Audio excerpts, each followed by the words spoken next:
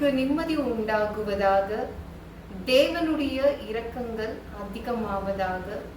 தேவன் என்ன சொல்றாங்கன்னா, சகரியா 9:12, நம்பிக்கை உடைய சிறைகளே அரணுக்குள் திரும்புங்கள், இரட்டிப்பான நன்மைகளை தருவேன், இன்றைக்கே தருவேன்.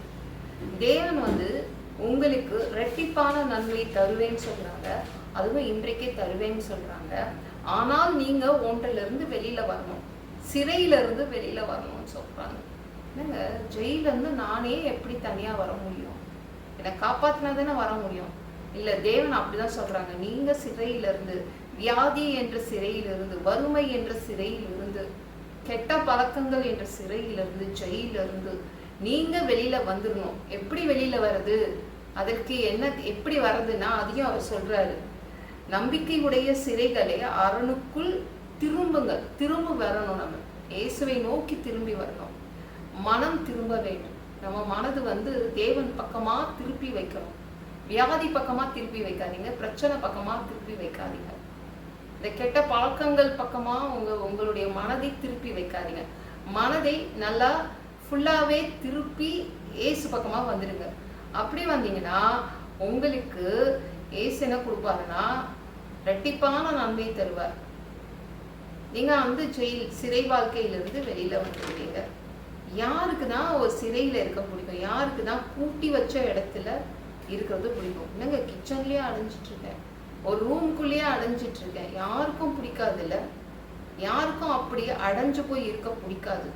அதனாலதான் தேவன் சொல்றாங்க, உங்க மனதை திருப்பினால் போதும், நீங்க அந்த ஜெயில் வாழ்க்கையில இருந்து வெளியில வந்துட முடியும் சொல்றாங்க. சரிங்களா?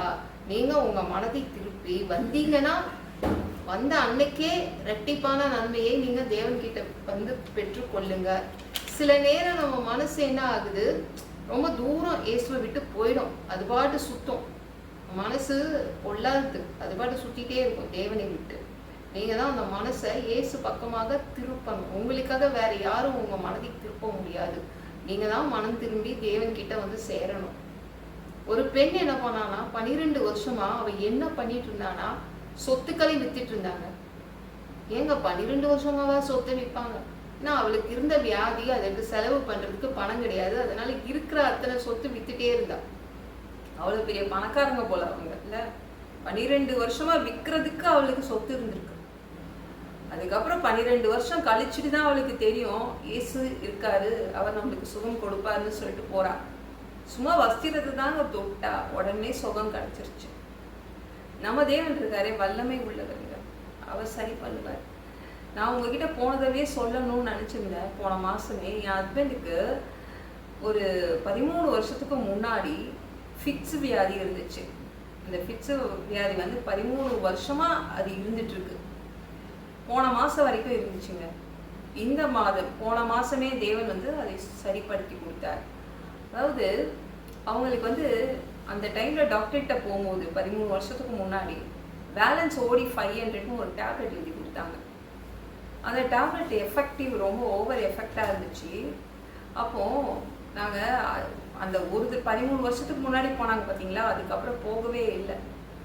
நாங்கள் ஒரு விஷயத்துக்காக டாக்டரை திரும்பவும் போய் பார்க்க போனோம். என்னுடைய ஹஸ்பண்டுக்கு கழுத்து வலியும் இடுப்பு வலியும் இருந்துச்சு. அதுக்காக டாக்டர்கிட்ட போகும்போது டாக்டர் கேட்டாங்க, இன்னுமா பேலன்ஸ் ஓடி 500 போட்டுட்டு இருக்கீங்க? 13 வருஷமாவா? 13 இயர்ஸ்க்கு மேலேயா போட்டுட்டு இருக்கீங்க? அது சைடு எஃபெக்ட் இருக்கு, லிவர் ஃபெயிலியர் ஆகும் சொல்லிட்டு டெஸ்ட்லாம் எழுதி கொடுத்தாங்க.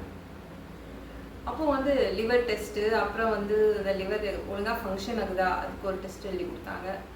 அப்புறம் இஇஜி, எம்ஆர்ஐ இதெல்லாம் எடுத்து கொடுத்தாங்க.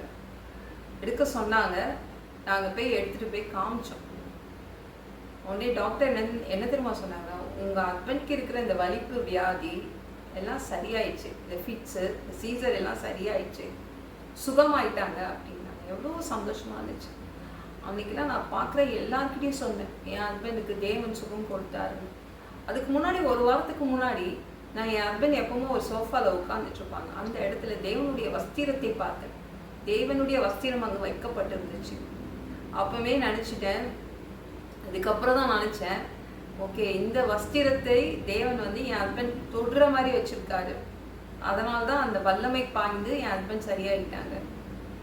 அதுக்கப்புறம் தான் நான் அதை உணர்ந்தேன். நம்ம தேவன் அப்படியே அற்புதங்களை செய்பவர், வல்லமை படைத்தவர்.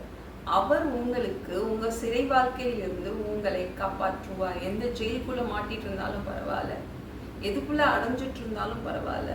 ஒன்னே ஒண்ணுதான் செய்யணும், உங்க மனதை இயேசு பக்கம் திருப்பிட்டா போதும், மற்றதை அவர் பார்த்துப்பாரு.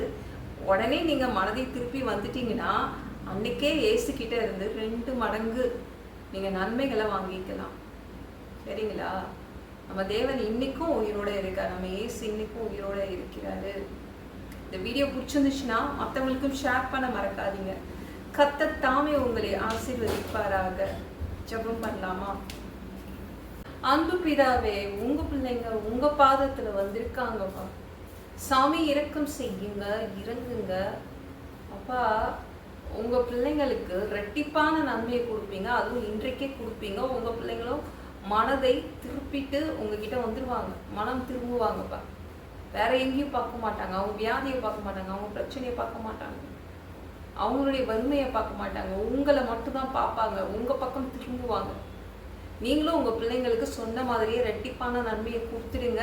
அந்த அடைஞ்சு கிடக்கிற அந்த வாழ்க்கையிலிருந்து வெளியில கொண்டு வந்துடுங்க. எல்லாம் பொல்லாத பிசாசுகள், ஏவல்கள், மந்திரங்கள், தற்கொலை ஆவிகள், பயத்தின் ஆவிகள், பலவீனப்படுத்துகின்ற ஆவிகள் எல்லாம் இயேசு என்ற பெயரினை கொண்டு துரத்துகிறேன், ஓடிப்போ. உங்க பிள்ளைங்களை ரத்த கோட்டிக்குள் மறைச்சுக்கோங்க. பரிசுத்த ஆவியால் நிரப்புங்க. ஞானஸ்நானம் எடுக்கணும், ரட்சிப்பீராக. இயேசுவின் காயப்பட்ட தழும்புகளால் எல்லா வியாதிகளும், எல்லா பலவீனங்களும், கேன்சர் போன்ற வியாதிகளும் சரியாகுவதாக. மரண படுக்கைகள் சரியாகுவதாக. ஒரு மனிதனா பிறந்தா ஜீவ புஸ்தகத்துல பேர் இருக்கணும். அப்படி இல்லைன்னா அந்த மனுஷனை பிடிச்சி நீங்க நரகத்துல தள்ளிடுவீங்க. தீ எரிக்கிற இடத்துல எப்படி போய் வாழ்றது? நாங்க பரலோகத்துக்கு வரதுக்கு ஆசைப்படுறோம். அடிச்சு உதச்சி திருத்தி எங்களை பரலோகத்துக்கு அனுப்பிடுங்க. கழுவப்படாத பாவங்கள் எங்ககிட்ட இருந்துச்சுன்னா நீங்க நல்லா உங்க திரு ரத்தத்தை கொண்டு கழுவி எங்களை பரலோகத்துக்கு அனுப்பிடுங்க. எந்த ஒரு இமை பொழுது நீங்க வருவீங்க, நீ இயேசுவை வணங்கி காத்துட்டு இருக்கோம். பரிசுத்தமா வாழ்ந்து காத்துட்டு இருக்கோம். அந்த ஒரு இமை பொழுதுல உங்களுக்கு ஒப்பான உடம்பு எங்களுக்கு கொடுக்கப்படும். அதை பெற்றுக்கொண்டு மதியமானத்துல உங்களை சந்திக்க வருவோம். அந்த தருணத்தை இழந்துடக்கூடாதுப்பா. ஒரு மனிதனால பரிசுத்தமா வாழ்றது கூடாத விஷயம். அதுக்கும் உங்க உதவி கேட்டு வந்து நிற்கிறோம் அப்பா.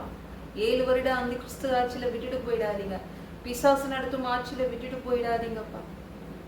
சாமி 1000 வருடம் இந்த பூமியை ஆட்சி செய்ய வருவீங்க. அந்த பொற்காலத்தை பார்க்க ஆசைப்படுறோம். எல்லாவற்றையும் ஒப்பு கொடுக்குறேன். இயேசு மூலம் ஜெபம் கேளும் பிதாவே. ஆமென். நாளைக்கு பார்க்கலாம்.